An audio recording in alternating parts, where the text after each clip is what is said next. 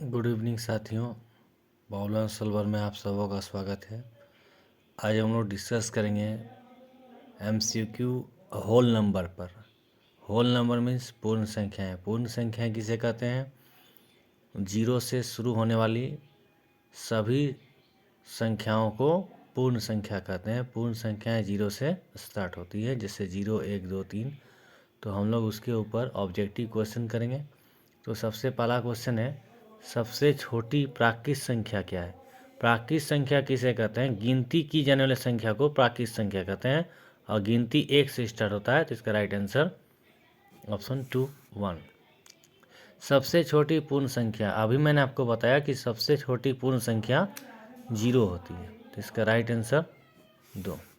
Next question पूछा गया 117 गुना 0 कितना होता है? देखिए 0 गुना हीरो हमेशा 0 होता है, ऑप्शन 3। नेक्स्ट क्वेश्चन 625 गुना 1। तो किसी भी संख्या को 1 से गुना करने से वो संख्या दोबारा आ जाती है। तो 625 को 1 से गुना करेंगे तो 625, ऑप्शन 3। नेक्स्ट क्वेश्चन पूछा गया है 8 भागा 0 कितना होगा? देखिए मैथ्स में किसी भी संख्या को 0 से भाग नहीं दिया जा सकता है, क्योंकि 0 का आप कितना भी पाड़ा पढ़ लीजिए, 0 के पाड़ा में कोई भी संख्या नहीं कट सकता है। 0 का पाड़ा में कभी भी संख्या कट नहीं सकता है, विभाजित नहीं हो सकता है। ये अपरिभाषित है, इसलिए इसका आंसर होगा 5 का 4, परिभाषित नहीं है। अगेन सेम रिपीटेड क्वेश्चन है। ओके, नेक्स्ट देखिए यहाँ पर इस क्वेश्चन नंबर 6 में 0 को ऊपर कर दिया गया है। तो 0 गुना हीरो रहे या 0 भागा हीरो रहे, आंसर 0 होता है। तो इसका आंसर ऑप्शन 3, 0। नेक्स्ट पूछा गया इनमें से कौन योज्य तत्समक है? तो मैथ्स में 0 को योज्य तत्समक कहते हैं। योज्य तत्समक का मतलब होता है वैसी संख्या जिसे किसी संख्या में जोड़ने पर दोबारा वही संख्या आ जाए। जैसे 7 में 0 जोड़ेंगे तो 7 आ जाएगा, 8 में 0 जोड़ेंगे तो 8 आ जाएगा। मतलब 0 को जोड़ने से कोई फर्क नहीं पड़ता, इसलिए मैथ्स में 0 को योज्य तत्समक कहते हैं। नेक्स्ट क्वेश्चन पूछा गया है इनमें से कौन गुणात्मक तत्समक है? तो इसका आंसर हो जाएगा 1। योज्य तत्समक होगा 0, गुणात्मक तत्समक 1। गुणात्मक तत्समक किसको कहते हैं? गुणात्मक तत्समक 1 को कहते हैं, क्योंकि 1 को किसी भी संख्या से मल्टीप्लाई करने से 1 हट जाता है। जैसे 5 को 1 से मल्टीप्लाई करेंगे तो 5 होगा, 1 हट गया। 6 1 जा 6 होगा, 8 1 जा 8 होगा, 10 1 जा 10 होगा। मतलब 1 से किसी को मल्टीप्लाई करने से 1 हट जाता है। नेक्स्ट क्वेश्चन पूछा गया है प्रत्येक वर्ग संख्या एक आयत संख्या होती है सिर्फ इसे छोड़कर। तो जी, प्रत्येक वर्ग संख्या एक आयत संख्या होती है। वर्ग संख्या क्या होता है? 0, 1, 4। मतलब किसी संख्या को उसी संख्या से गुना करने से वर्ग संख्या मिल जाता है, और वर्ग संख्या को हम आयत संख्या के रूप में लिख सकते हैं।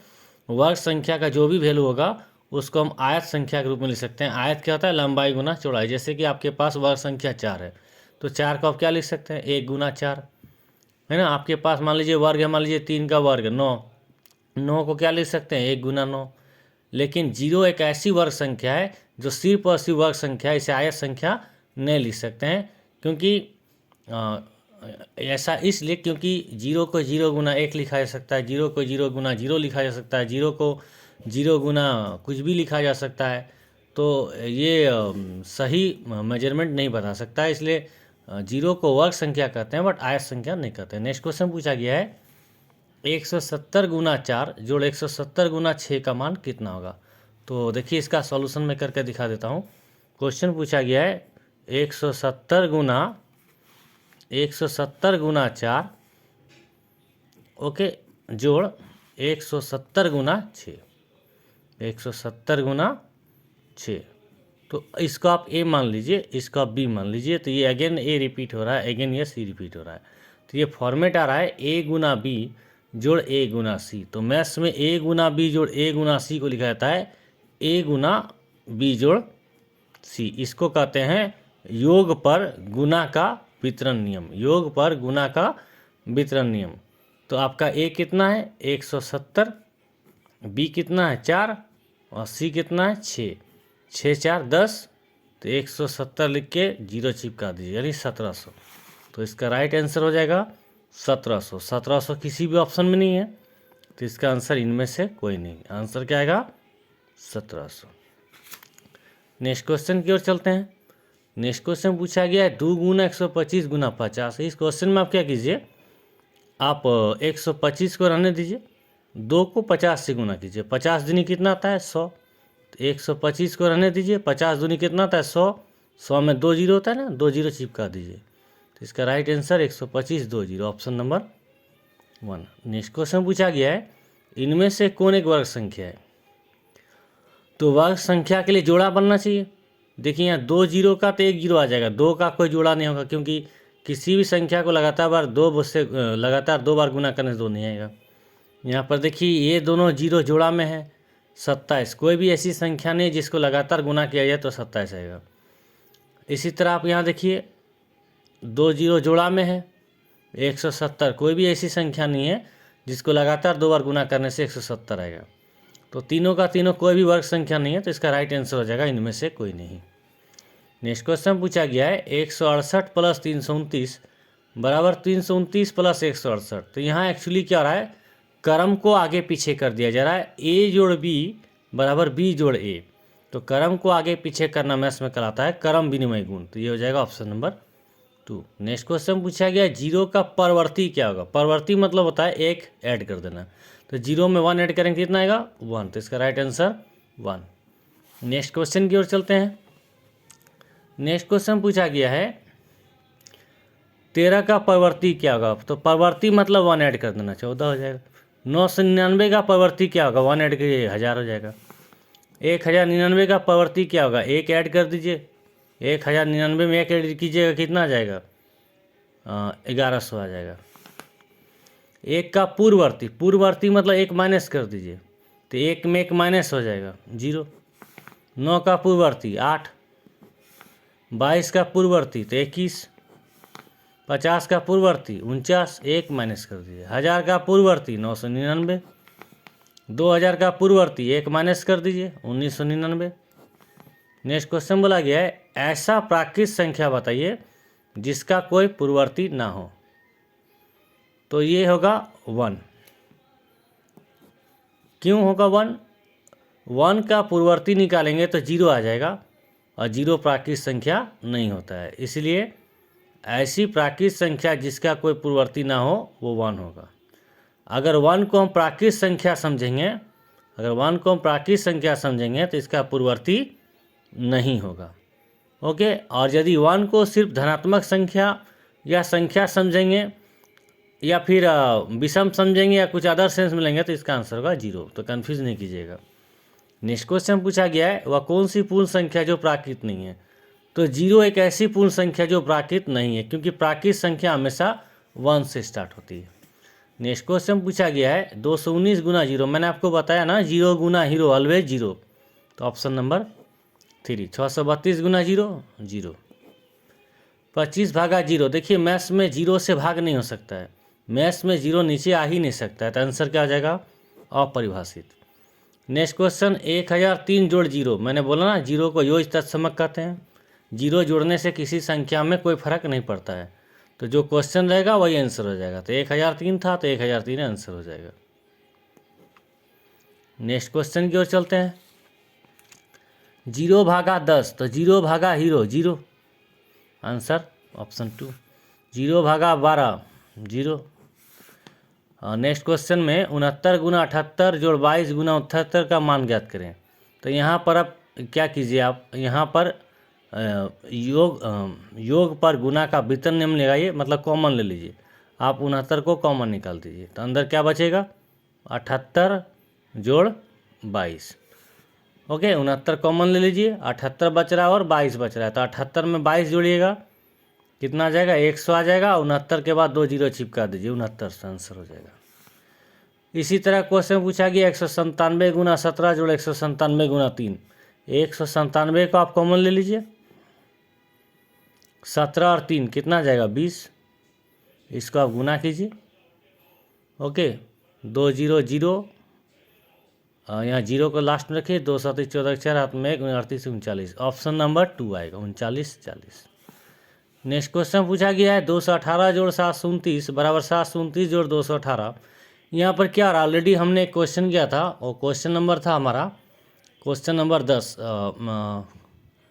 इस तरह का एक क्वेश्चन जस्ट किया था, उसमें क्रम विनिमय आया था जो भी हो। हाँ, क्वेश्चन नंबर 13 में था। देखिए मैं आपको फिर से दिखा देता हूँ। क्वेश्चन नंबर 13, ये रिपीटेड टाइप क्वेश्चन है। क्वेश्चन नंबर 13, तो क्रम को आगे पीछे करना क्रम विनिमय कहलाता है। तो यहाँ पे आंसर अगेन हो जाएगा क्रम विनिमय। नेक्स्ट क्वेश्चन पूछा गया है 42 गुना 56 गुना 94 का होल ब्रैकेट लिया है बराबर 42 गुना 56 होल ब्रैकेट गुना 94 कौन सा गुण है। तो देखिए अगर आपके पास तीन संख्या है, अगर आपके पास तीन संख्या है, तीन में आप लास्ट दो को एक साथ गुना करते हैं और उसके बाद उसको फर्स्ट से गुना करते हैं, तो इसका परिणाम वही आता है जो आप शुरुआती दो को एक साथ गुना करके ओके तीसरे के साथ गुना करते हैं। इसका मतलब ये हुआ कि ए गुना बी गुना सी होल बराबर ए गुना बी होल गुना सी। तो इसको गुना का साहचर्य नियम कहते हैं। तो ऑप्शन नंबर 3, 725 गुना 115 बराबर 115 गुना 725। देखिए क्रम आगे पीछे हो रहा ना, तो क्रम विनिमय किस ऑप्शन में लिखा गया है? 2 नंबर में। तो यहाँ क्रम आगे पीछे गुना में हो रहा है, तो गुना का क्रम विनिमय। नेक्स्ट क्वेश्चन पूछा गया है 23 और 38 के बीच कितनी पूर्ण संख्या है। 23 और 38 के बीच कितनी पूर्ण संख्या है। तो इसका तरीका ये होता है, बड़ा वैल्यू से छोटा वैल्यू को घटा दीजिए। 8 में 3 गया 5, 3 में 2 गया 1। जो आंसर आएगा उससे फिर आप 1 माइनस कर दीजिए, तो 15 में 1 जाएगा 14। तो इसका राइट आंसर 14। नेक्स्ट क्वेश्चन पूछा गया है 25 और 50 के बीच कितनी पूर्ण संख्या। तो सेम काम कीजिए आप, 50 में 25 घटा दीजिए, बड़ा वैल्यू से छोटा वैल्यू कितना आएगा 25, और अगेन आप 1 घटा दीजिए 24। नेक्स्ट क्वेश्चन है, एक गांव की जनसंख्या 1600 है, गांव में 589 पुरुष है, 421 महिला है, तो बच्चा कितना है। ओके, तो इस क्वेश्चन को देखिए इस तरह बनाया जाएगा। ओके, पुरुष कितना है 589, पुरुष है 589। ओके, महिला कितनी है, महिला है 421। तो पुरुष जोड़ महिला निकालिए यहाँ पर 421। तो 9 1 10 के 0 हाथ में 1, 8 2 10, 11 के 1 हाथ में 1, 5 4 9 1 10। तो पुरुष और स्त्री को मिला के गाँव का संख्या हो रहा है 1110। बट क्वेश्चन में बोला गया है कि गांव की टोटल जनसंख्या है 1600। तो गांव में क्वेश्चन बोलता है कि 1600 जनसंख्या है, लेकिन स्त्री पुरुष जोड़ने से सिर्फ 1110 आ रहा है। तो बाद बाकी भाई कहाँ गया। तो इसका मतलब बाद बाकी जो संख्या है वो बच्चा का है। किसका है, बच्चा का है। तो इसको घटाइए आप। इसका मतलब ये हुआ कि गांव में 589 पुरुष है, 421 स्त्री है और 490 बच्चा है। ओके, तो इसका राइट आंसर होना चाहिए कैलकुलेशन 490 तो ऑप्शन में नहीं है, 590। एक बार फिर से देख लेता हूँ कैलकुलेशन। ओके, 9 1 10 के 0 हाथ में 1, 8 2 10 और 1 11 के 1 हाथ में 1, 5 4 9 और 1 10। सॉरी, यहाँ कैलकुलेशन गलत था। ओके, यहाँ पे कैलकुलेशन गलत था, तो यहाँ पे 1010 माइनस होगा 0, 10 में गया 9, सॉरी 590 आएगा। कैलकुलेशन आप भी कर सकते हैं। ओके, तो इसका राइट आंसर होगा 590। आज का लास्ट क्वेश्चन है 99 + 0 बराबर 0 + 99 बराबर 99, इसमें किस तरह का गुण है। तो देखिए ये आपका योग का क्रम विनिमय तो है, क्योंकि 99 में 0 ले रहे हैं, फिर 0 में 99 ले रहे हैं, लेकिन दोनों ही केस में जो रिजल्ट आ रहा है वो जो आप नंबर लिए वही आ रहा है। तो ये 0 का स्पेशल केस है, इसलिए नेक्स्ट आंसर जो आपको करना होगा वो तत्समक, वो आपको टिक करना होगा यो तत्समक। क्यों? क्योंकि किसी भी संख्या में 0 जोड़ने से कोई फर्क नहीं पड़ता है। 0 पीछे जोड़िए या 0 को आगे ले जाके जोड़िए, आंसर वही आता है।